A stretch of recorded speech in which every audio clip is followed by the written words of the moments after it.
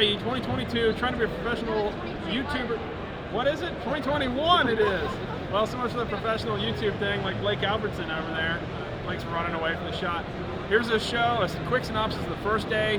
Got a ton of video footage here. Check out all this cool stuff. We're going to launch videos every day of the show here, so check that out. I'm going to do a bunch of narration. We'll go around and look at a bunch of stuff tomorrow, but enjoy this video here tonight. First day of GIE, Green Industry Expo 2021.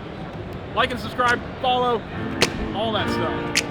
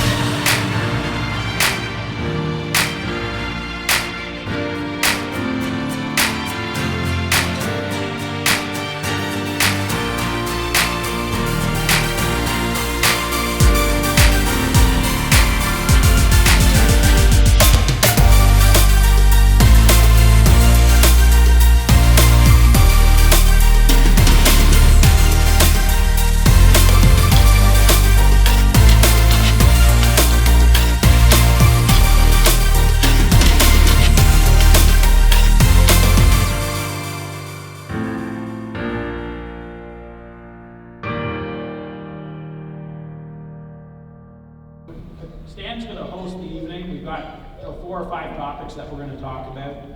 And this group of individuals, Stan's going to introduce here right now. Thanks, Mark. Appreciate it. Thanks, everybody, for coming tonight. Are you guys having fun at the show today? Everybody? Yeah? Yeah? All right, you know what? Tomorrow's going to be better. Do you know why? You can play in the dirt. This guy knows what he's talking about. But if I don't hit something exactly, this is an interactive event. That means you guys, I want to hear from you. I want to hear what you guys want to know. So we are going to have an open mic, but at any time, if you guys want more information on something we're talking about, I don't know, what are we going to do? We're going to raise our hands, Matt? We're going to raise our hands, we're going to bring a mic over to you, and we're going to dive deeper on any single one of these topics, okay? What are we going to introduce first? What's our first slide? The Aumans. Guys, Brittany and Caleb run a hardscaping company, and Caleb ran it right into the ground, and Brittany pulled it right back out and saved these guys, all right? And the beautiful part about these guys is they will share that with you. They will share their strengths. They will share their weaknesses. Now, what do we face? We got to have guys that they got to get dirty. What? Wait a minute. What? Yeah, you got to get dirty. What time do I got to get up to go to work? 6 o'clock in the morning. How do we get people to actually come to work facing the challenges we have I mean, there's a lot of us right now that we've decided that we're not going to grow anymore simply because, not because we don't have the business there, but because we don't have the people to take it to the next level. How do you find and keep great employees? Probably the best question of the night, probably so far. The one thing that I've realized is that high school students don't really understand what the green industry is about. And we did a study pre-COVID, this was right before COVID, of all the graduating seniors in our county. Now, we have 6 high schools. We were averaging about 450 students graduating from each high school. So you can do the math there. And 40% of these students did not have a plan. So you guys have to be in front of these high school students from, early on, not in May when they're graduating. They need to know who you are. You need to bring your equipment there. You need to have field days with them and show these individuals. I mean, we run some of the coolest equipment in the world. Why would anybody not want to be a part of the green industry? Right? And we are all in love with the equipment. Why aren't they in love with it? It's because they don't know it exists. Because they don't know what it's like to run it. They don't know what it takes to get into it. They think they gotta have a license to run a skid loader. Not my neck of the woods. Go hop in that son of a duck. I'll throw them in at midnight. Wide open parking lot, 4 inches of snow, go clear that out. Take me 30 minutes, it'll take that kid 4 hours. But the next time it'll take him 3, and by the 3rd or 4th time, he's got it down, and I've got an employee. Right? Make it sexy again. I think one of the big things, there's such an onion, right? There's so many layers of this, of like what makes employees stay or want to come to your company or whatever. I think one of the biggest things is you gotta look at your number one. You've got to make sure, and you got to do a lot of introspection on this and make sure you are someone you would want to work for yourself. And a lot of guys I talk to that, I can't get nobody to work for me, labor pools, so all this, are dudes I would not work for. I would never consider working for some of these dudes. They're overbearing, they're OCD, they're horrible leaders. They're great when they run the crew themselves, they're awesome.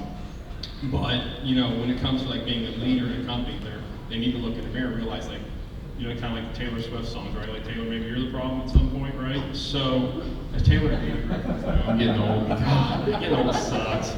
You've got to make sure that your company has a culture that, you would want to work at yourself. Is, make sure it's not toxic and backstabbing, all that kind of crap. You want to get that out of the company.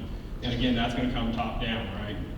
And then the next thing is trying to, as fast as you can, upgrade your machinery, make those guys' jobs as easy as possible, with as few breakdowns as possible.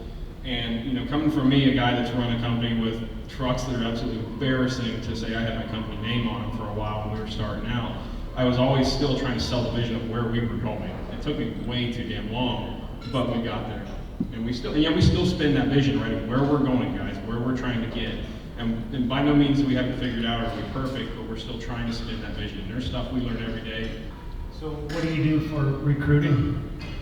We pay, I think, very well for our industry, so that's a big thing too.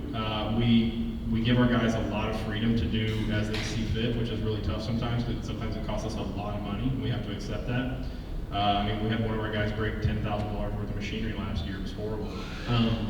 But at the same time, his division that he managed brought in $500,000. So, we kind of weigh the good with the bad, right? And each of those is a lesson. Like each of those $10,000 mistakes was a lesson. Right. You have to learn something from it. It's okay if you broke something, but we're not going to yell at you. But we need to teach the whole company what happened.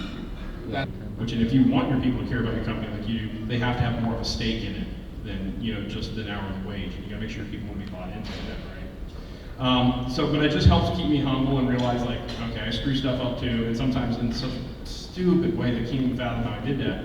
It helps keep that to be a place that I hope people still want to work at. And we haven't worked a Saturday all year, and my guys love that.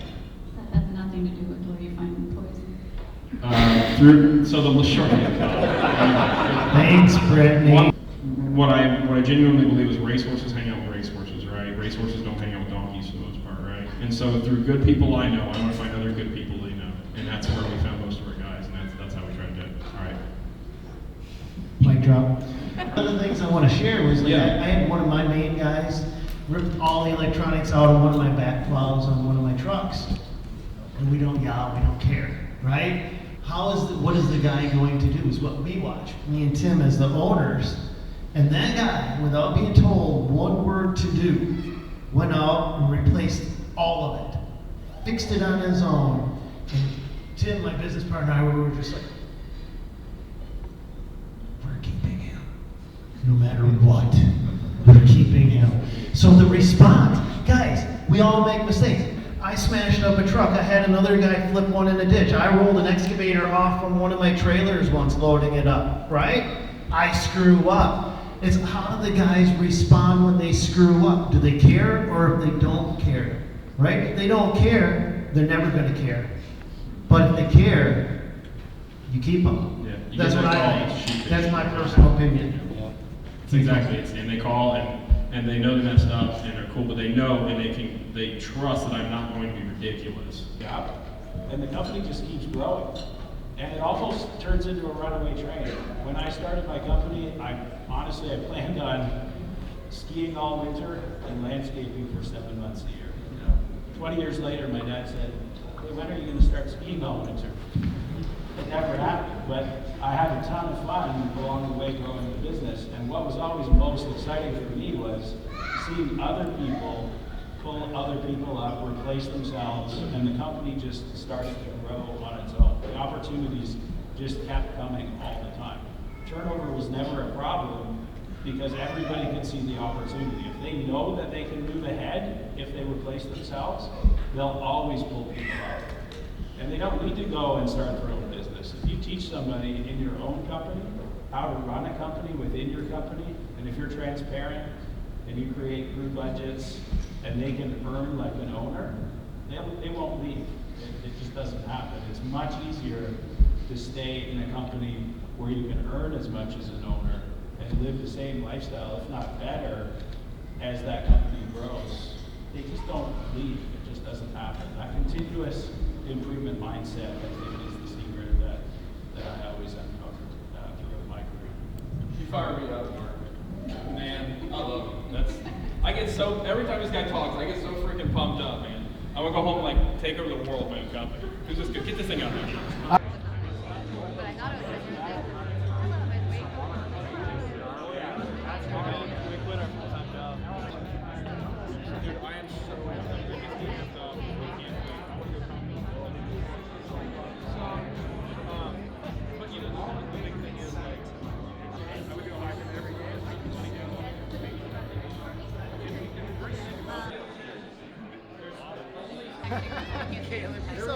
One, two, three. One more. I understand. We got 1, 2, 3, 1, 2, 3. Perfect. Now you make this an FT. Every time they get a piece of paper, and no matter what supplier they go to. Hey guys, we're at GIE 2021. Every day of the show, we're going to drop a video. So tomorrow night, it's going to be us walking through, talking about how we do things with our channel and our Instagram and all that stuff. So check it out. Be sure to check out tonight's show, obviously, and tomorrow's and the next. So all 3 days, we're going to have coverage of the show here. GIE in Louisville, Kentucky, 2021. So I said 22 earlier. I don't know where I'm at half the time. But check that out. Like, subscribe, all that stuff. Is that right? Is that how you do that, Savannah? That's what we say, Savannah? All right, cool. We're going to be big YouTubers like Savannah Spencer. So check it out. Here we go. You know, imagine you've got a fleet, this robot mower that you do what you just said there. You trace it and you get off this thing and it goes and does it. While you go, okay, well, that thing's making you